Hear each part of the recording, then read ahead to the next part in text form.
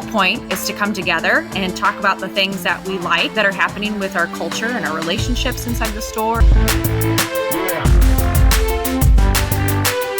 Welcome, everyone, to the Driving Vision podcast brought to you by the Zeigler Auto Group. And here with me, Auto Group Director of Talent Development, Mike Van Ryn. Welcome, Mike. Hey, thanks, Sam. Be sure to subscribe to the podcast, like it if you do, and leave a comment. Hey, everybody, in our internal Future of Zag Today and Driving Vision podcast with me today. So we have two special guests who are not strangers to the podcast. So Ariah Daniels with our Training and Development Department. Ariah, welcome. Hello. Thanks, Sam. And then, of course, longtime guest and VP of Training and Development across the Zeigler Auto Group, Mike Van Ryn. Mike, welcome. Thank you, Sam. So it's crazy. We're all here, doing our work stuff, and we pause for a minute on this Friday just to have a conversation about what the heck's going on in your world, right? There's a lot of really cool and interesting stuff going on in the Zeigler Auto Group as it relates to your departments.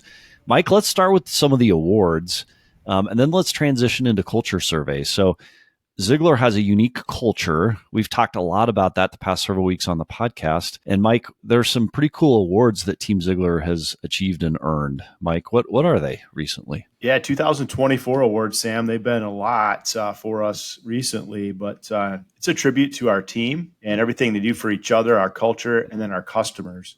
But we received the Best and Brightest Companies to Work For award for Chicago, 11-time winner, West Michigan, 18-time winner, Milwaukee, a 3-time winner. We won the Elite Award there. And then nationally received the award and we're a 6-time winner. In addition to that, Sam and Ariah, we actually had Glassdoor Best Led Companies Award this year. And this was the first year that they've ever done this award. So it was neat to be on the roster there. And then Glassdoor Best Places to Work Award, which is our second year running. So lots of awards, and we just want to thank our team for everything they do. So, Mike, the Glassdoor stuff is kind of interesting because that's a national award. It's a really super well-recognized company, and you sit alongside some other really large companies, Starbucks and Delta and Southwest. That's pretty cool to see an auto group sitting so high atop a ranking for an award like that. And it speaks to culture, which is what Ariah is working on right now. So, Ariah, for the past many months, you've been you've been traveling around the Zeigler Auto Group. Do you feel like you've been running, Ariah? You have been running. Honestly, yes. But all in good fun and good spirit and obviously for good cause. So a lot of companies out there, Ariah, talk about culture and they say it. And we always talk about, as soon as you talk about culture, it kind of slips between your fingers because it's tough to really figure out what culture is. Ariah, I'm aware of many other auto groups that say, hey, we do anything beyond like an annual survey. Well, you're out actually talking to teams deliberately and intentionally. Tell us about what you've been up to these past couple of months. And you say something I think that's really important, Sam, is like culture is this buzzword, right? And so when we think about culture, it's made up of so many different areas and facets and so many different dynamics. And when you have 2,500 employees across 40 different locations, I mean, that can get lost. And so it's something that's really important to us. And go back to that word intentional. We're intentional about bringing our teams together and collaborating. And we've done that for many years. So this year we decided to do something a little bit different. In years past, we actually sent out an anonymous survey and it kind of got lost in the shuffle over like a good 2-month period before we got the information back and before we were able to deliver that to our teams. And so this year, we decided to try something different where we went in person to our teams and into our stores and actually did live surveying. And so that would capture really what's happening in real time across our stores. And so instead of getting, a survey that was 60 days old, we're able to capture really what's happening at the time that's going on in the stores with different processes and procedures. And the whole point is to come together and talk about the things that we like that are happening with our culture and our relationships inside the store. And then we spend some time talking about maybe the things that need some improvement and some tweaking. And so we're getting down to the wire of those. And they've been so wonderful. It made a lot of different actions that we've done across the board so far. So I have a question, Ariah. This is a brand new process for this year, right? Before it was a survey. I won't even ask which store you started with, but there are people that are in the auto industry that are like, oh my gosh, you go into a store and you say, hey, what could we do better? And you would there would be a million things thrown at you. So Like that first store you walked into, you're sitting in a conference room, you've probably got 40 or 50 people there, and you ask the question, what was that like that first day? Was it intimidating? What was it like? This year, not necessarily. If anything, I think it's so refreshing because there's something about getting everyone in the same room with all of the same thought process that we're just here to be better.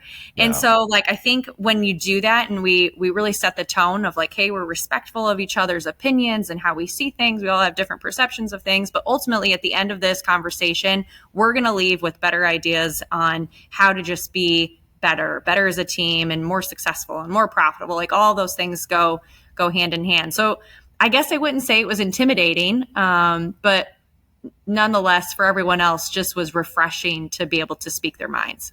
I love that, Ariah, because I think a lot of companies, they fear asking that question for the answer. They don't want to create trauma. They don't want to disturb something that they figure if left unspoken or undone or unaddressed will just go away, but it doesn't, right? Yeah, because I think sometimes people will come in and they'll feel strongly about something, and we have to really figure out, okay, where's that drama? Let's cut that off, bring together a solution if we're upset about something. And that's where the conversations are just different. We're not there to just talk about things that maybe we're unhappy about. We actually are bringing together solutions on how to improve them. So as I've watched you go through and do this process in multiple different stores, one of the other challenges that you think of in other auto groups, not Zeigler, but somebody from corporate swings into a store, they create this drama, they throw a bunch of people under the bus, somebody gets fired and you move on. You haven't done that, right?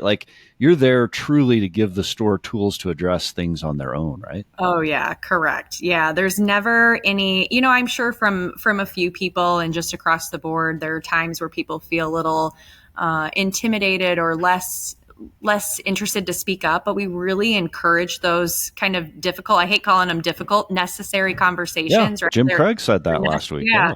Necessary conversations to have. And they're challenging at times. There are times where we get a little heated and we debate back and forth, but ultimately everyone's just on the same page and has good feelings about where the store is headed after those conversations. What is it about those necessary conversations that once had? It's really the portal to progress, right? Without having those, everybody calls them tough conversations. Jim Craig said necessary conversations. Mm-hmm. Once we have that, we can progress in a way before we couldn't, Ariah.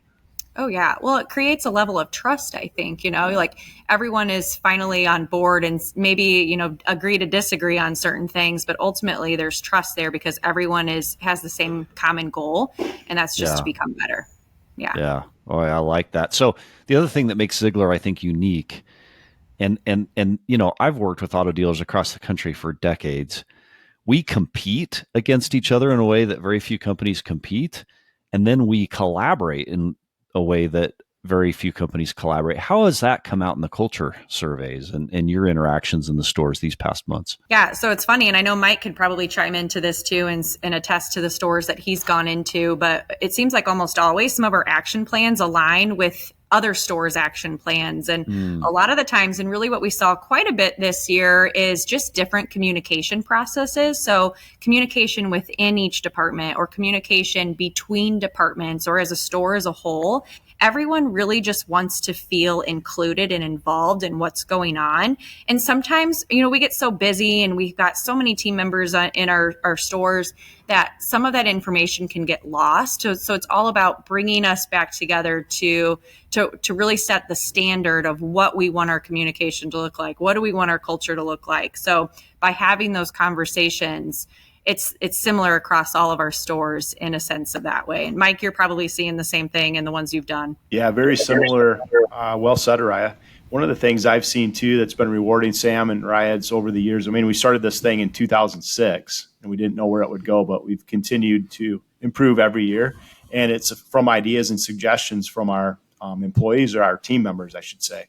And just to see things that have come out of these meetings, right, Ariah, that we've been able to implement for their store, but also for the whole auto group.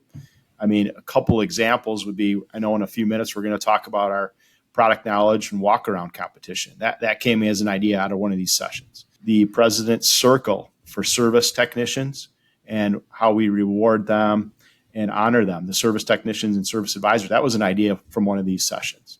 The last one is just simple, but it's every morning on Monday, we get an email and its employees' birthdays for the week. That came as an idea out of one of these sessions. So those are three tangible things that have become a part of our culture that came out of these meetings, Sam. So it's interesting, Mike and Ariah, people talk about money, right? Money is an important component of an employment contract, and what we do when we work for, we give up a portion of our time. I've often said that the automotive is the last great American institution, right? You can bring all your talents, whatever your background, from whatever diverse area you are, and the sky's the limit. There is no limitations, right? And it's interesting because in automotive, also, we want to feel like we're making a difference. It's almost a human bill of rights that I can be employed, give up my time, and I want to be able to make a difference. And Ariah, both you and Mike are saying that, right? Employees are saying, I want to work, give a little bit of my life, and I want to see that what I'm doing makes a true difference in the world, Ariah, right? Is that showing up in the surveys you're seeing? Oh, yeah, absolutely. I think there's so much respect for each other, and we really do operate. It's funny because you think like every store has maybe a little bit different of a culture, but ultimately at the end of the day, everyone really is a family in our stores. And that's so cool to see, just the relationships that have been fostered and the things that, each one of our stores does. But yeah, I think you hit it on the head. Like, everyone is just so empathetic and sympathetic to each other's goals and aspirations and personal and professional growth. To back that up and be able to have that support in each store is totally there.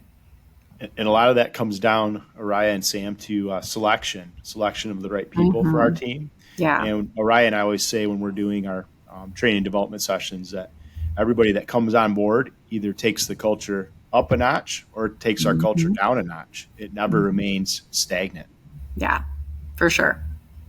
That's true. That's awesome. That is awesome. Well, thank you to you both for doing this process. And it's fun to see as teams have gone through this, they've become more cohesive and they've become a bigger, better part of our overall team. And this elusive culture thing somehow becomes stronger. And it's fascinating because, again, going back to this idea, some companies don't even want to ask because they're afraid of the answer.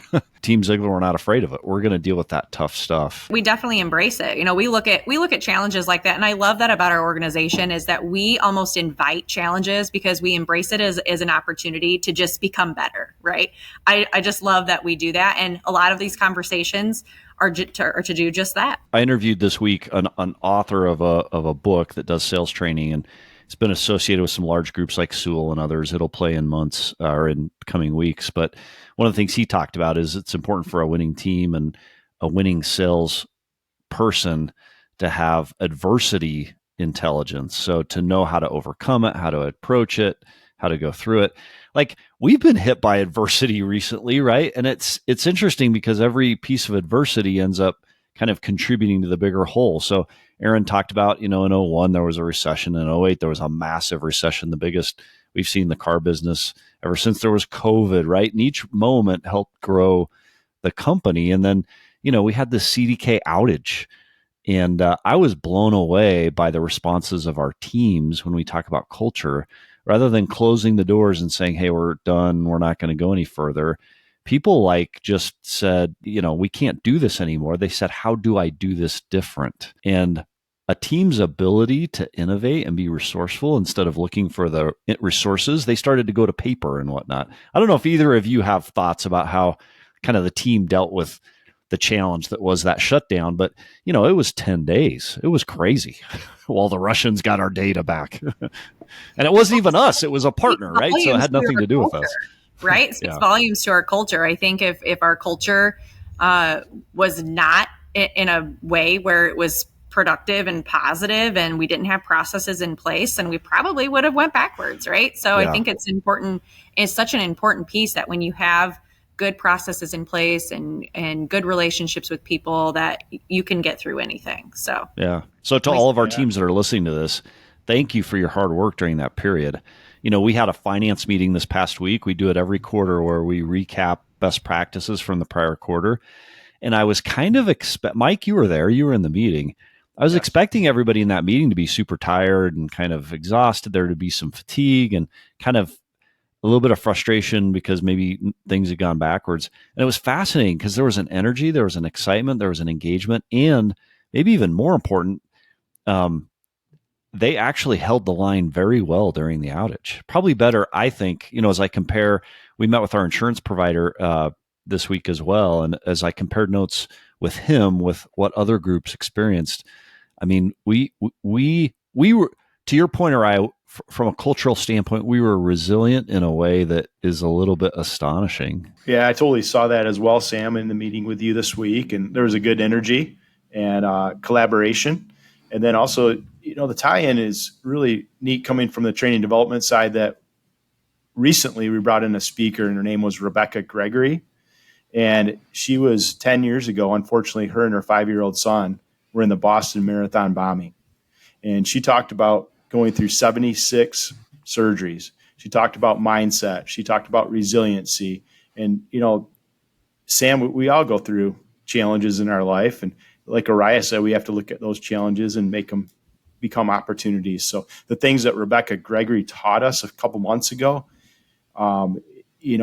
just tied in directly with what we've gone through recently. One of our trainers that joins us, Tim Tarentine, is with us today, actually across all of our stores. He's been in all of our regions this week, which has been wonderful. And part of our conversation and topic is getting unstuck and how do we reinvigorate ourselves and how do we find our passions and our whys. And so recentering yourself to those things is what keeps us going. And it's how we can overcome a lot of these obstacles like the CDK outage, right? So yeah.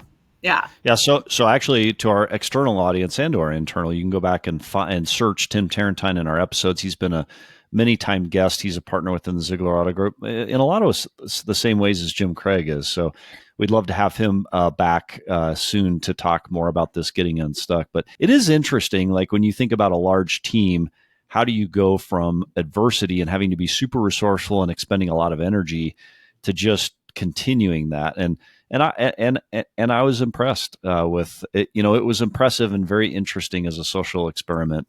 How well they did that. Now, Mike, you brought up Rebecca Gregory, and we've talked a lot on this show about the Zeigler Speaker Series. So she was part of that. Just to give some background, Zeigler Speaker Series, multiple speakers every single year from different disciplines. It's interesting, Mike. We've never really had.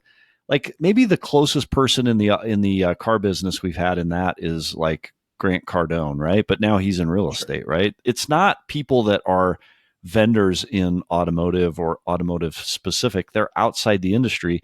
And there's a reason for that, Mike. Share that with us. Yeah, Sam, great question. It's all walks of life, these speakers, and we typically bring in about 5 speakers a year for us to learn and grow. And a lot of times our team members will even bring a family member in with them. Some of them bring their kids in to learn. Yeah. So they're learning things professionally, but also personally outside of work.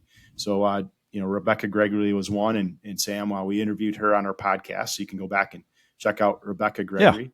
Yeah. Another one recently is Jimmy Urey. And Jimmy was just in about a month ago. And Jimmy, you may not recognize his name, but names like Kenny Chesney, Tim McGraw, Rascal Flatts. Who's Tim McGraw, Mike? I don't know who that is. You've seen him in concert, Sam. Come on now. I know he's married to a Faith Hill. I don't know who Tim is, but I know who Faith is. Jimmy's good.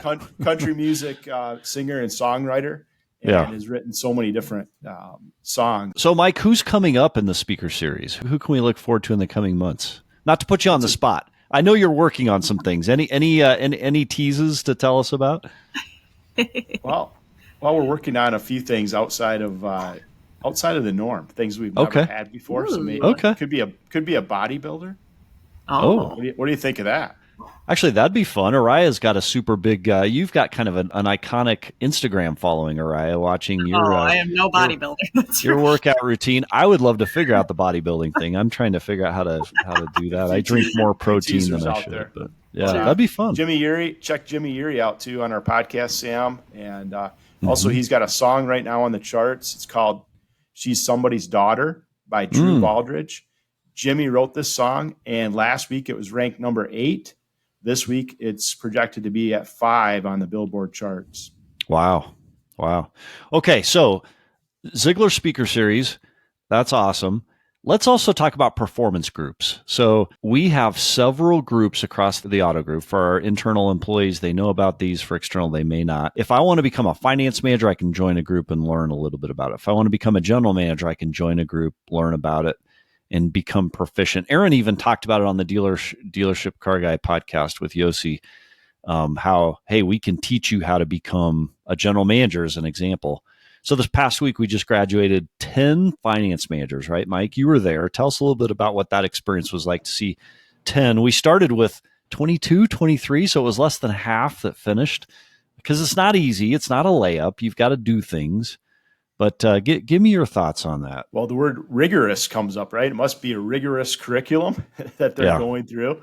And they raise their hand and say, hey, I want to learn more about finance. And I may be in a sales role. I may be in an office role. I may be in any role with the organization. But they raise their hand and challenge themselves, get out of their comfort zone. And Sam, I know one of the things you do with them, along with our friends from Brown & Brown, is have them do role playing. And it gets uncomfortable when we're role playing in front of our peers. But no, neat to see those 10 graduates come through the program. And Sam and Ariah, as both of you know, through our development program at Zeigler University, we've had so many people be promoted from within. That's what it's all about, hanging on to our team members, our retention at Zeigler, and then also helping people achieve their goals. Hey, so Mike, is it failure that only 10 out of 22 or 21 graduated 6-7 months later, or is that success? That's a great question.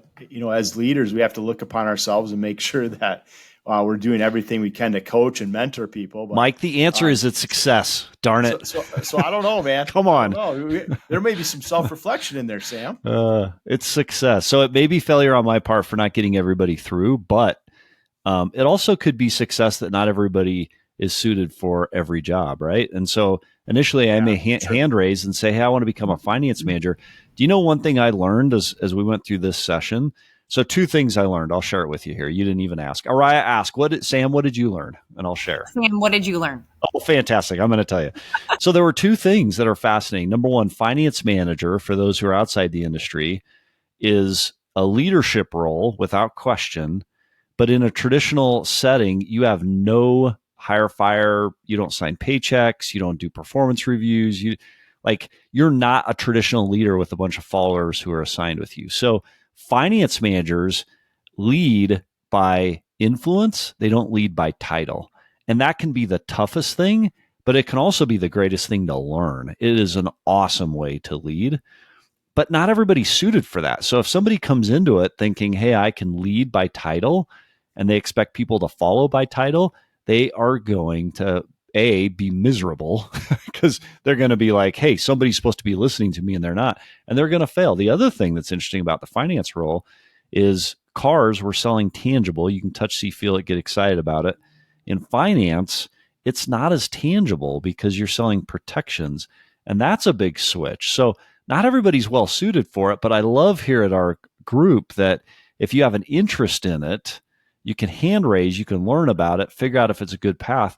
And then we've got some other performance groups to go down the path of if that doesn't work. Mike, I think you're Can I just say that I think it's such an important piece that you're stating. And like, obviously we want and we encourage people to raise their hand to want to try new things, right? But I'm a huge believer. We all have different talents and strengths that make you good at what you do. And we want to help people pull those out. And I'll be the first to admit, I went through finance at one point and I hated it, right? So like, I hate to say to the finance guy that I didn't like finance, but you're not supposed to say that. Come on.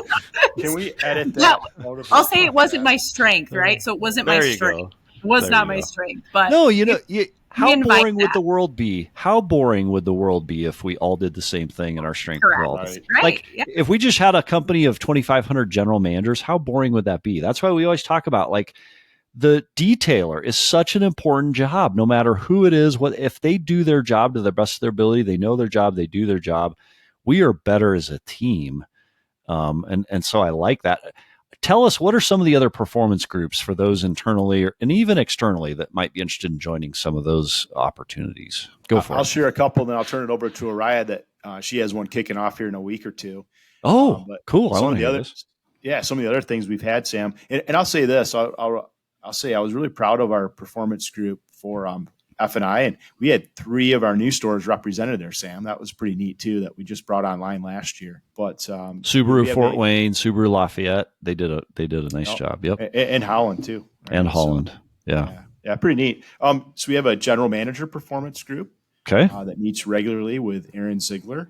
and Yep. Dan Scheid and you, Sam.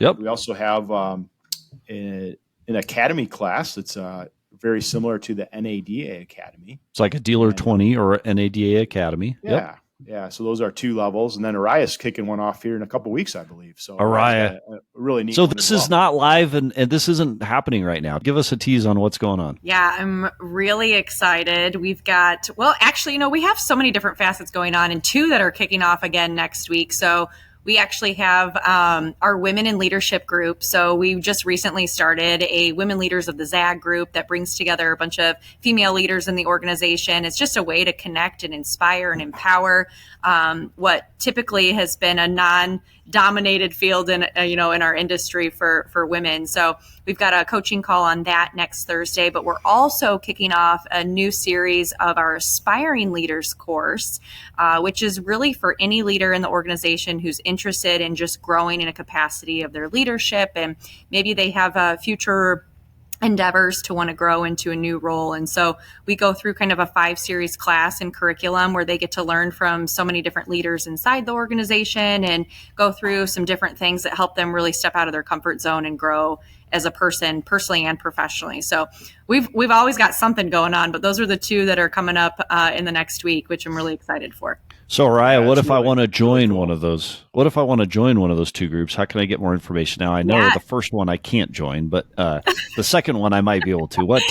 Who do I reach out to? Just raise your hand. Honestly, at this point, raise your hand. You can always reach out to me or Mike, or really even just your manager, your general manager. Like, really have that conversation. I always tell people, anyone coming in, is to never assume that your managers are mind readers. No one knows what your goals are and where it is that you want to go. You're master of your own ship, and it's for you to decide where it is that you want to go with your life and your career. And so I always tell everyone, speak up. And so we are more than happy to help guide someone in where to start and what that looks like. I was going to say it was neat, Sam, that Aaron Zeigler and I were able to kick off the Women in Leadership call, and just neat to see that thing get rolling throughout the organization. And Ariah's done an incredible job with that. And we were only able to be on there for 5 minutes, and we get kicked off. Well, I was going to say, what a cool meeting that would be. There's some incredible women across our auto group, and one, Absolutely. Besides yourself, obviously, Ariah, but our head of security. So the only person in our company who carries a gun every single day and is constantly thinking about protecting the auto group,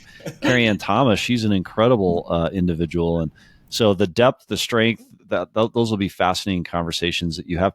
You keep looking over your shoulder, Ariah. Is Tim Tarantine there?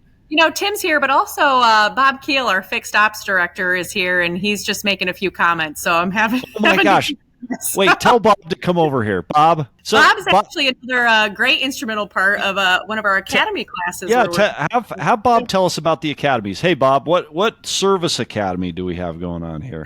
Well, we have a couple of them going on. Obviously, we just did a parts segment of our NADA Academy, and the next one is on service. But then we have our Technician University that we're in our 3rd session. So by the end of this year, we will have 33 technicians that we have graduated and put into the workforce within the company. And not only are those technicians graduated that didn't have that experience prior to, but we formed a special relationship with a tool provider through NASCAR. And that tool provider has delivered, through a partnership with Zeigler, tools to these aspiring technicians. That's a pretty cool thing. Tell us what you get when you graduate from the Aspiring Technicians course. So with our academy, the Auto Group supplies you with $3,500 worth of tools to purchase at your discretion. We didn't want to just buy a tool set because some guys are at different levels of their tool inventory, so to speak. So we have set up that, and then with our relationship with Mac Tools through NASCAR, it is an education-based situation that we set up, they allow our people to purchase at a 50% discount. So that $3,500 turns into $7,000 overnight. Props to Mac Tools, Black & Decker, and Robert Newman, who helped us put that together. But that's not totally a secret. That's a pretty cool thing. Here's the interesting thing I found in the world. It's not so much having the information and knowing what to do. Everybody knows what to do. It's doing it. It's executing on it. It's like my friend just a couple days ago trying to get a rental car from a place that had no rental cars. It's not about taking the reservation. It's about holding the reservation. That, by the way, is a Seinfeld line. So, Seinfeld episode. Bob, thank you for all you're doing on the Aspiring Technicians, creating technicians across the Zeigler Auto Group. One of the toughest positions to hire for. And Ariah, We know you've got to go because you're busy getting back into the Tim Tarantine thing.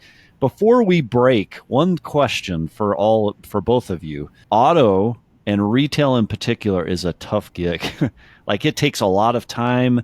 It takes a lot of attention. The hours are long. Yet we stop to do these things every now and again. Culture surveys, Tim Tarantine training, podcasts, meetings with Zeigler Speaker Series. What's that all about? Why take time out of our day to do things that aren't directly revenue generating, that don't sell a car in this moment, Ariah? We'll start with you, and then Mike will let you have the last word. Oh man, because they matter. It's what brings everyone together. It's what helps everyone continue to grow. It helps us collaborate. It helps us just do so many different things that are just beyond what our day-to-day roles and responsibilities are. And that's just a part of the connection that we create and the culture that we have. And it's an elite one. So all those things are just so instrumental into creating an organization that is a winning organization, for sure. That's awesome, Ariah. Mike?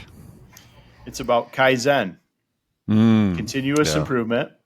We want to continually improve and get better for our customers every day and get better for each other and continue to build our world-class culture across Zeigler Auto. Thank you, everybody. Appreciate you for being on the podcast today.